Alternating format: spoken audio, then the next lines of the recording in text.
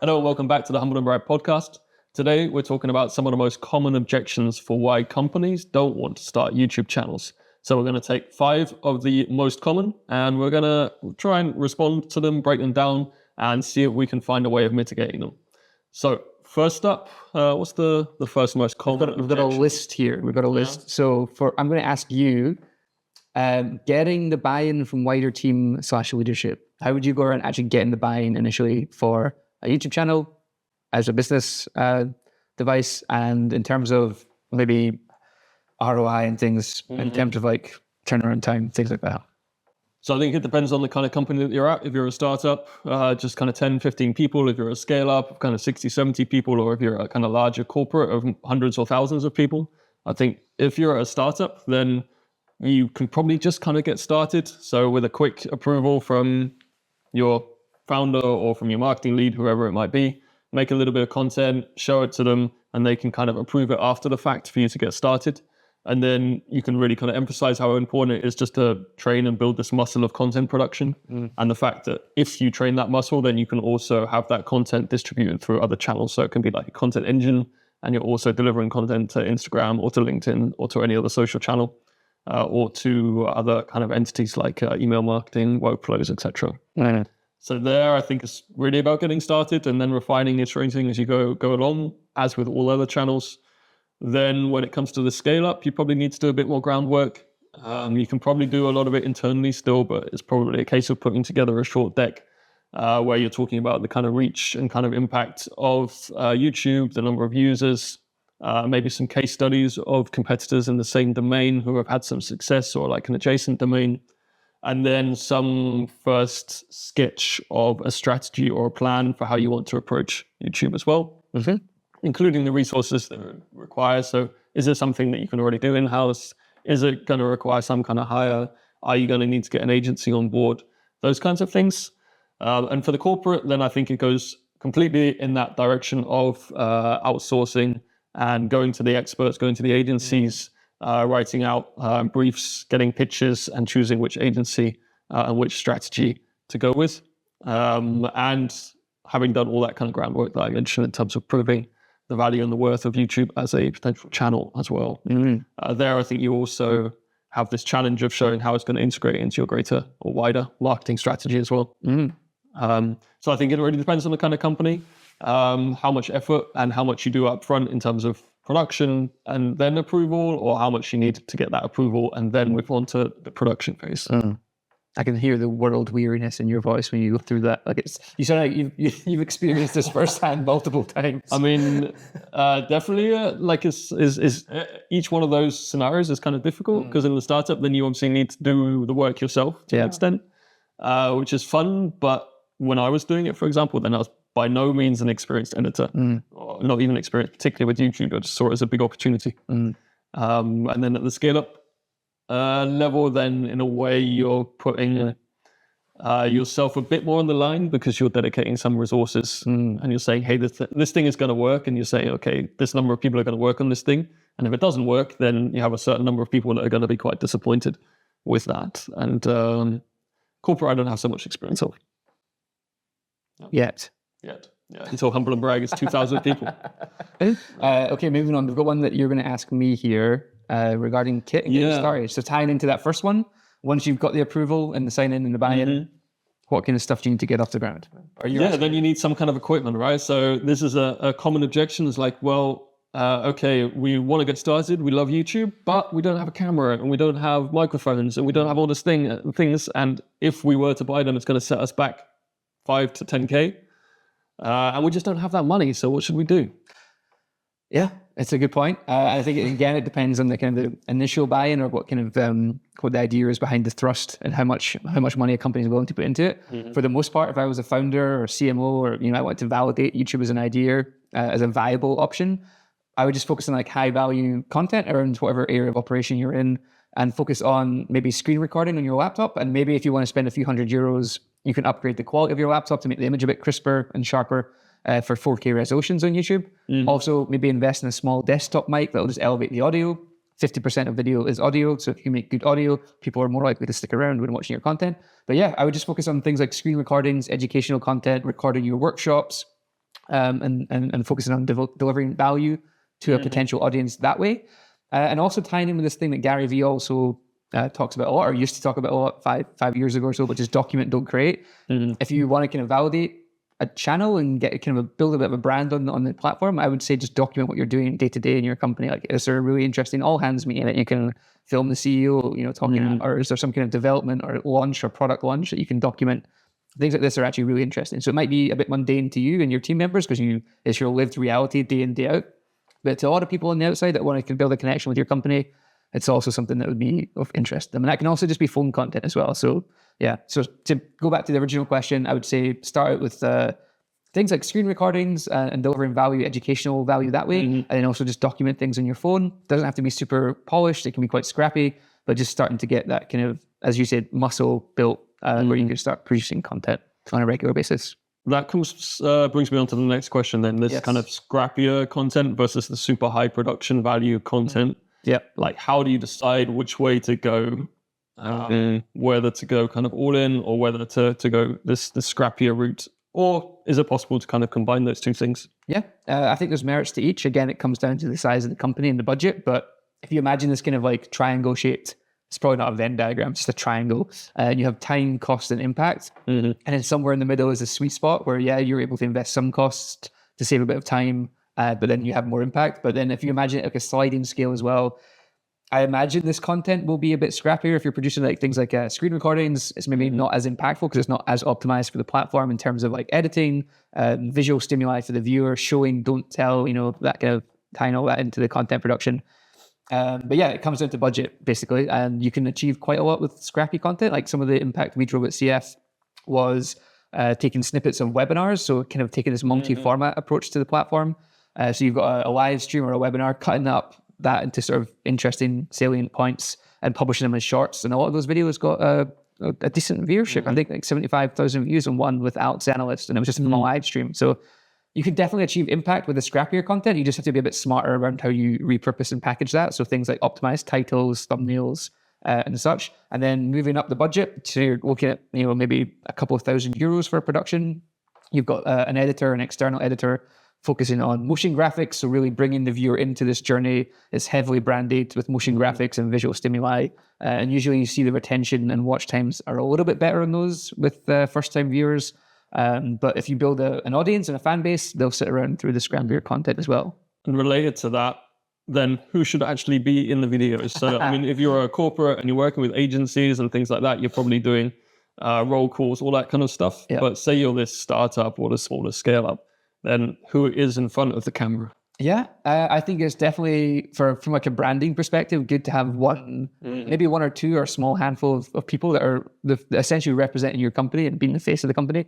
I mean, if you can get the founder or CEO, great. I know they're usually time strapped, but maybe you pitch it as, I need 2 hours a month from you to do filming or content production, or alternatively, that document, don't create. Just film them in meetings, record video calls, things like that as it's happening in the company, and then repackage that into viable content that way. But I would say definitely try and have one consistent character that the audience can build a relationship with in terms of the brand awareness, and being the face of the brand is key. And that can be a little bit tricky, but then scaling that up, that's something that I would imagine you would hire almost as a full-time role. And it could be like a content strategist or social media manager, but they would probably take on that face role. Face role. I think one really good example there that we talked about the other day is the Nothing channel. Yes. Because they have the CEO who's the kind of the subject of a lot of the videos. And he has a lot of authority and credibility and drives a lot of views because of the kind of titling and kind of approach that you can take because of that credibility and authority. But you have this kind of linchpin who is the kind of content creator who's in charge of the YouTube content, who is often the guy who's either interviewing or behind the camera or filming a bit of kind of more user-generated style content, just to weave together all the clips that are then higher production value. And I think that's a real clever approach because you have these two faces of the company, and one of them can always be present because that's his job, and the other one, might be a bit time-strapped, but he makes himself available. And I think this just connects to another point I'd make is that, yes, a founder might be time-strapped, but one of the most useful and most valuable uses of their time is to be in front of the camera. I think, and you see that, like I see that over and over again, not just with YouTube videos, but like if a founder does a an Instagram ad or something like that, and immediately you have the little label that this person is the CEO, then that immediately adds kind of interest and credibility. Yeah. And so I think really for the future development of companies, particularly startups, that founder status and that kind of distribution that they have is going to become more and more important as well, just because people are more interested in personal stories and the personal brands as well. Yeah, and I think just to tap onto that, and if you can make it kind of worth their while and make it fun and engaging for them. Like no one wants to sit at this kind of talking head, okay, it's going to be 2 hours of my time, but I'm going to be sat talking to a camera and have to prepare loads of stuff for it. If you can find a way that you can make it kind of enjoyable and a bit more ad hoc for them, get out and about, film a vlog, go to a cafe, absolutely. Do that kind of stuff. Film some kind of pitch or meeting with some of your business associates, like stuff like that. I think can fit in really well into their scheduling. Just to tie up, and then moving on to the fourth point, I think we're on now, uncertainty around the impact versus cost. So if you're looking at some of the conversations that we've had in the last couple of months with prospective clients, there's generally a bit of an uncertainty around, okay, we're going to invest this kind of money, but how long will it take to see results? What's the kind of average expectation there? And how do you kind of mitigate some of those concerns? ROI. I mean, the first one is to be honest, that each channel has its own dynamic. And those dynamics afford you kind of advantages and disadvantages, essentially. Yeah. And if you take two channels as an example, let's take Meta, so paid social, paid distribution, typical performance channel. You can put some money there and you're going to start seeing results pretty much instantaneously. And then you have something like YouTube where you can release a video and you can distribute it on your existing channels. You will see some results, but it will take a little bit of time to really scale. And it will take a little bit of time to hit a level which is comparable to Meta, for example. So what's the trade-off there for Meta is that you need that constant investment, basically an always-on budget in order that your ads are distributed, and it's going to remain pretty expensive. So yes, you can optimize over time, but you're probably not going to see huge improvements in ROI after 1 year of running it, for example. Whereas with YouTube, then you have this kind of compound effect that you continue releasing videos, you build up an audience, and your costs are only those upfront production costs and virtually zero for distribution, except for the people that are distributing for you, the salaried individual, for example, the social media manager. And so after 6 months or a year or 2 years, you'll basically see the ROI continuously improving on that channel as well. And you can always, you can literally turn off, you can literally produce no content and it's going to continue performing for you for a long, long time. Whereas Meta, obviously, if you remove the budget, then your distribution is removed. You're seeing pretty much zero continued effect, except for whatever brand impact or brand effect or brand awareness that you've managed to generate over that time. So in that sense, okay, it takes a bit more time, but the long-term benefits and the ROI hugely outweigh that. Also, little things like, obviously, this is actual content. It's not ad content. It's not something that's going to be the victim of ad blocker and those kinds of things. Or massively spiraling costs and CPCs and all those kinds of things as well.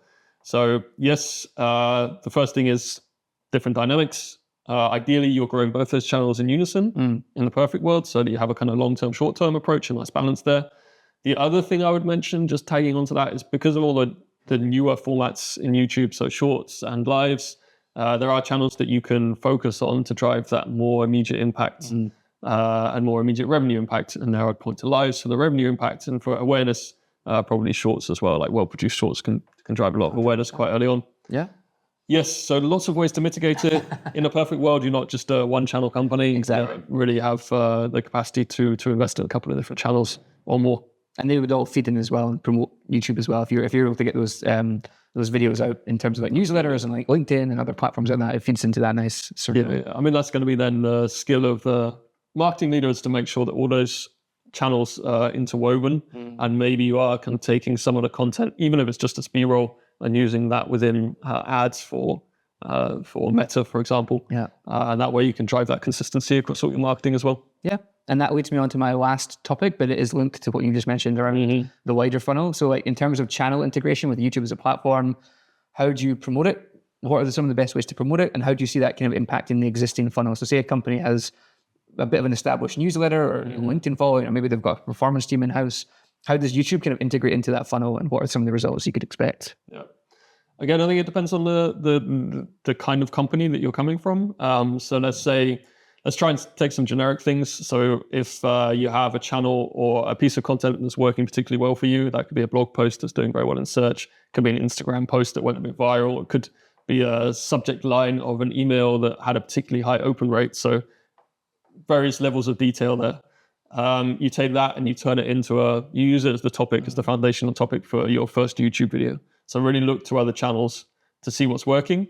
And if you do that, then it becomes very easy to take that long form piece of content or that bit of YouTube content and basically embed it or use it in unison with that previous bit of content. So you have the blog post that's been working very well. You make the long form video. You take the YouTube video and you embed it within that blog post, and you'll see both of those pieces of content benefiting from that. So I think in the ideation phase, there's a lot to be done there. And then in the release phase for the YouTube video, then you want to look at ways that you can release that video across all your existing channels in your marketing mix.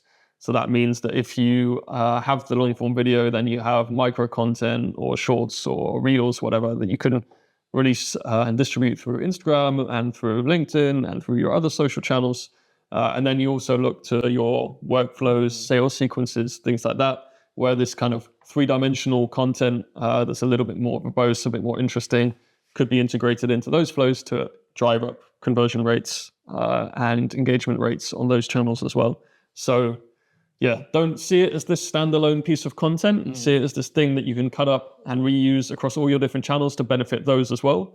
And to bring it full circle to the idea of getting buy-in, often when you're starting out, then on the one hand, you'll be saying, yes, this is starting to pick up views on YouTube. It's starting to gain traction. It's starting to show the first conversions. But you'll also be able to gain a whole load of value and kind of credibility within your marketing team and in the eyes of your leadership if you say, hey, that's not the only effect. We're also using this in all our workflows, all our sales sequences. Our sales team love it. Our social media manager loves it because we produce 10 bits of micro content they can use for the next 2 months. Yeah. And all those things. And in that sense, you immediately get seen as this kind of internal content engine. And from there, the sky's the limit. Sky's the limit. But I think that's a really good point to wrap it up on. And I think, again, this was kind of based on a lot of conversations we've been having back and forth, or kind of in the background over the last couple of months since we started thinking more seriously about this sort of stuff with Humble and Brag. So these are kind of based on some real world, I guess, like hesitations or concerns. We thought we'd do a little podcast to cover it and maybe offset some of those. But yeah, I hope you've enjoyed it. If you want to answer or be privy to more conversations like this, be privy to. I feel subscribe to the channel. I'm in a Jade Austen podcast. No one knows. No one knows, but we do have a Slack community called Humbleweed. So it's business leaders, marketing people in that are also interested in growing YouTube for their business. So check it out. It's free to join, and Ed and I are on hand to answer any questions or concerns you might have. Anything else you want to add? No, that's pretty comprehensive. Very comprehensive. It's our best sign off yet. Yeah. Thank you for watching, and see you next time. Thank you.